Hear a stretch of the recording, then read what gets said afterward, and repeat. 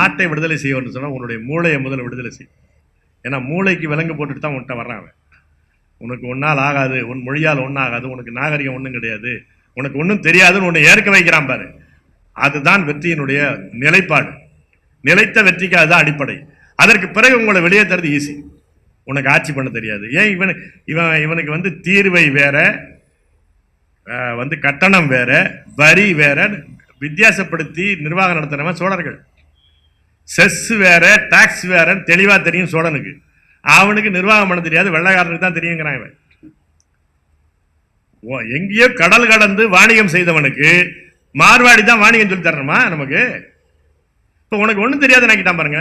அப்படி ஏற்க வைப்பதற்கு இல்ல, அப்படி ஏற்க வைத்ததற்கு பிறகு உன்னை நிலத்திலிருந்து அப்புறப்படுத்துவது எளிது. எனவே இந்த நிலத்தின் கீழே இருக்கிற வளத்தை பாதுகாக்க வேண்டும் என்று சொன்னால், இந்த நிலத்தின் மேலே வாழ்கிற இனத்தை பாதுகாக்காமல் நீ வளத்தை பாதுகாக்க